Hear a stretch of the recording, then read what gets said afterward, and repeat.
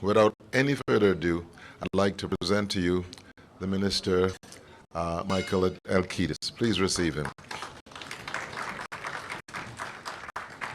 Thank you very much, Bishop. Good afternoon, all. First, just let me apologize for the late start. We had a bit of a miscommunication as to the time, but nevertheless, I'm happy to be here this afternoon to speak to all of you fine reverend ladies and gentlemen about the government's initiative in the introduction of the value-added tax. I want to thank Bishop Davis and the Golden Gates World Outreach Ministries for extending to us such warm hospitality this afternoon. I will give a few opening remarks, and then I will ask the team consisting of Mr. Fernanda, Mr. Lightburn, Mr. Peters, and to go through their presentation, and then we will be happy to answer any questions you have thereafter.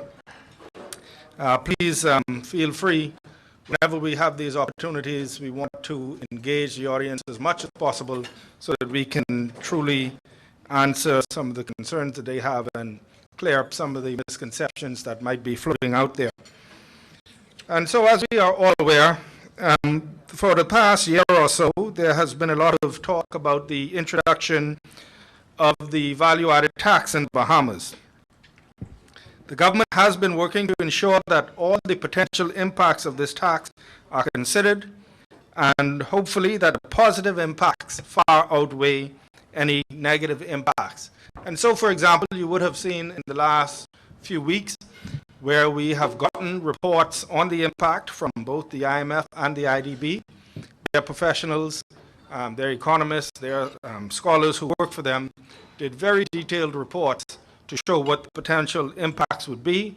And we have not kept these locked away in the Ministry of Finance.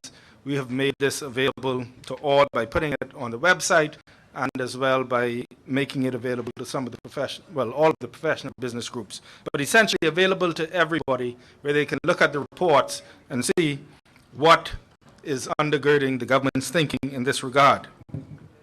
It is my hope that as a result of this session, we will all leave with a better appreciation for why the value-added tax is both necessary at this time, but not only that it is necessary, but will also prove beneficial to our country going forward. We believe that is the case.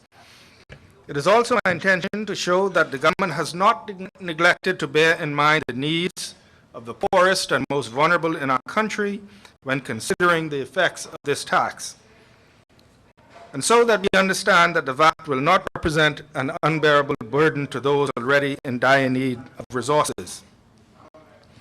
One of the key selling points of the Bahamas as an attractive destination, in addition to our world-class natural resources, sun, sand, and sea, has been that we are a country that tries very hard not to burden its citizens with unnecessary taxes in order to fund government operations. Because of this, the Bahamas has always enjoyed a very liberal tax environment compared to both our larger neighbors in the north and around the world, and even when compared to our counterparts in the Caribbean region. And so, we have largely relied on a very narrow base of taxes for our revenue sources, principally customs duties, real property tax, and stamp taxes. And while these revenue sources have been sufficient to sustain growth in the Bahamian economy in decades past, the effects of the worldwide recession have significantly altered the current economic reality in the Bahamas. As tourist arrivals declined, jobs in the private sector were lost, and trade revenues decreased substantially. Simply put, during the recession, as people were laid off, lost their jobs, they had less money to import goods.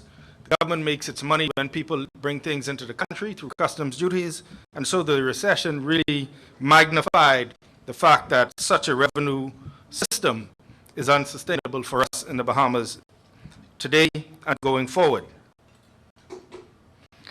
And because the government at the time directed resources to try and keep the economy afloat, i.e.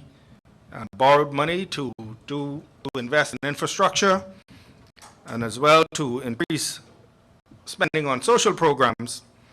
As a result, we saw our debt rise while our revenue remained fairly stagnant. Our revenue did not rise as significantly as our spending did. It became increasingly clear that in order to ensure economic growth and sustainability going forward, the Bahamas will need to diversify its sources of revenue collection. And this, in part, is the government aims with the introduction of the VAT. To diversify sources of revenue collection so that the government has the resources in order to provide the services at the level that the Bahamian people require.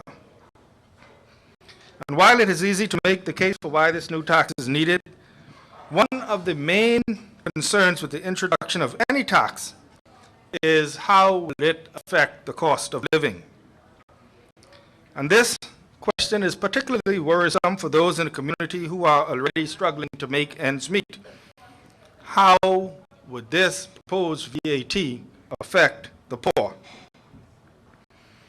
In order to counteract any cost of living increase as a result of that, the government will ensure that a portion of the VAT resources are channeled into programs to assist the poor in this country, particularly in the first few years after the VAT is introduced. Additional revenue collected from VAT will ensure that the government is able to adequately fund its current social assistance programs and indeed is able to expand these even further in the future. The government has further announced that it will reduce both customs duty rates and excise taxes to compensate for the introduction of VAT. So this is not a case of one tax being put on top of taxes that already exist. It is clear that the intention is to reduce customs duty rates. And so this will mean that as much as possible, the VAT will not represent an additional levy on top of what is already charged in customs duties. Furthermore, basic bread basket items will be exempt from VAT, and VAT will not be paid on medical or educational services.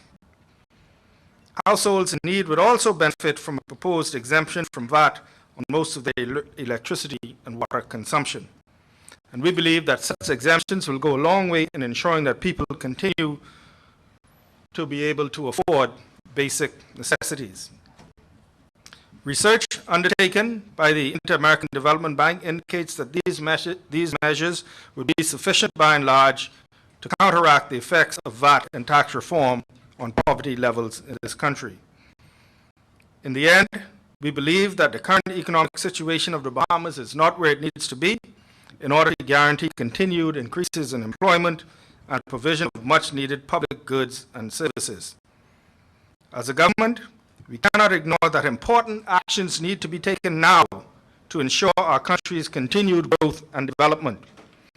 In considering the options available, it became clear that the value-added tax is the most important intervention to take at this time. As we move to implement this tax, we are also committed not to neglect the needs of the poor and, in fact, to pay particular attention to the needs of the poor. We aim to ensure that the social safety net is not eroded in any way, but continues to be sufficient to have resources and to channel those resources where they are needed the most.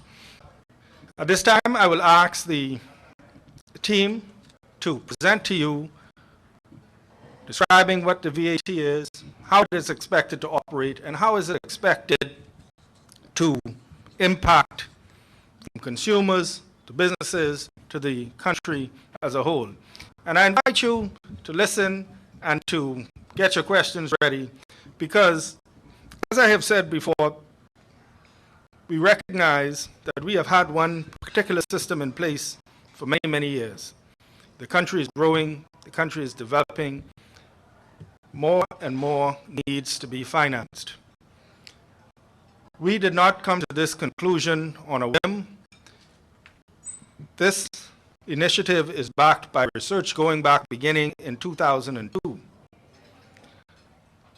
Unfortunately, there is a lot of uninformed commentary in the air, and there are those who refuse to be informed. So they put uninformed commentary out there, and when they are informed about the facts, they continue misrepresenting. So I would just like to leave you my opening comments with this. The government of the Bahamas is interested in ensuring that the economy grows, that businesses are able to expand, that new people are able to go into business, that employment is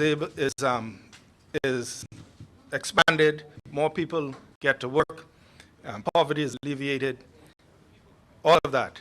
And so, given the research that we have done and the advice that we have gotten, we believe that this initiative, when fully implemented and properly implemented, would go a long way to ensuring not only that the government has the resources that it needs, but that the economy of the Bahamas is reformed in such a way to promote growth, to promote employment, and to promote general rise in standard of living for all of us. And so thank you very much. I will remain behind, and I'll just now turn over to the team, Mr. Lightburn and his team, who will walk you through what is VAT, how it is expected to impact you, etc. Thank you very much for your attention, and we continue with the presentation.